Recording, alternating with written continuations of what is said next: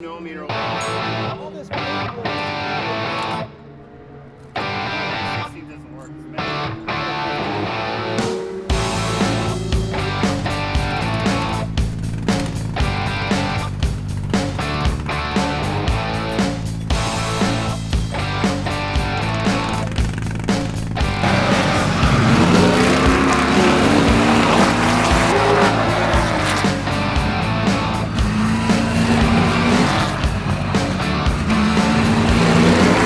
Let him go in front of you. Big sprint. Hey, let him go in front. Alright, all the guys at that end said they just saw you pass Erickson on the track. Is that kind of a preview of things to come in 2014? I hope so. I think he was having a little bit of trouble, but we're off to a good start today. Everything seems to be working just like we planned with our shock system and our springs. Everything just seems to be right on the money. He looked like he was having a little bit of trouble, but my goal was to run him down and get by him, and hopefully that's something we're going to see all season long. What's the new car feel like?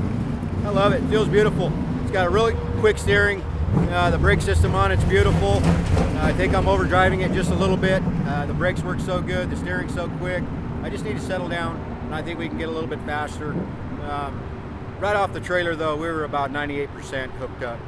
I'm really proud of the guys, all the work they put into it, because this thing's dialed in. What's the year look like for you, sponsorship-wise, series, championship run? Is it that on your mind right now? Yeah, definitely. It's been on our mind all winter long. You know, we race for the win, nothing less. And we're here to run for a championship. Sponsors are behind me 100%. My wife's behind me. My crew's behind me. There's nothing less. You know, like I said, we're going to race for the win, and we're here to run for a championship. I don't care who shows up. Your Matt Ericksons or the boys from LA, it doesn't matter. We're here to race to win, and we're definitely running for a championship.